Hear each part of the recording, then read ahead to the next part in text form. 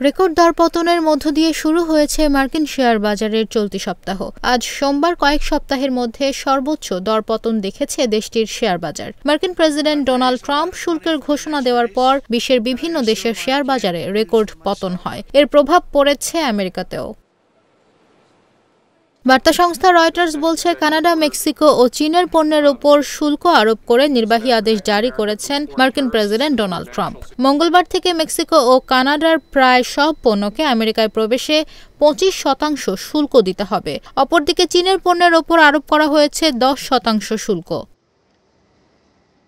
এই ঘোষণার পর প্রেসিডেন্ট জানান, এতে করে স্বল্প সময়ের জন্য আমেরিকার মানুষ কিছুটা বিপাকে পড়তে পারে। এতে মার্কিন বাজারে বিভিন্ন পণ্যের দাম বাড়তে পারে, ফলে অর্থনৈতিক দিক থেকে মার্কিনরা দুর্ভোগে পড়তে পারে বলে সতর্ক করেছেন মার্কিন প্রেসিডেন্ট।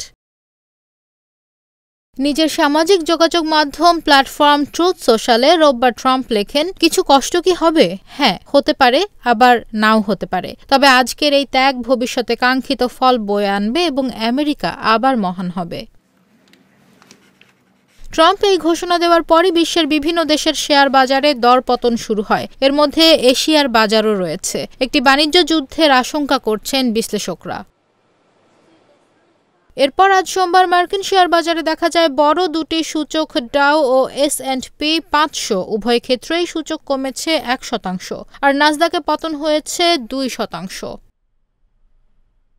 সপ্তাহের শুরুর দিনে সবচেয়ে বড় দরপতন দেখা প্রতিষ্ঠানগুলোর মধ্যে রয়েছে মার্কিন অটোমোবাইল নির্মাতা প্রতিষ্ঠান জেনারেল মোটরস ও টেসলা। তাদের শেয়ারে দরপতন হয়েছে 5% করে, আর ফোর্ডের শেয়ারের দরপতন হয়েছে 4%।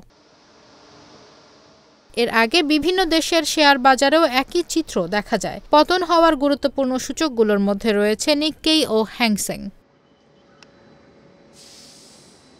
যে বিশ্বাসগুলোকে আমরা মিউচুয়াল ট্রাস্ট ব্যাংক পিএলসি বিশ্বাস করি প্রবলভাবে, একে অপরের বিশ্বাস হয়ে। Mutual trust bank, you can bank on us.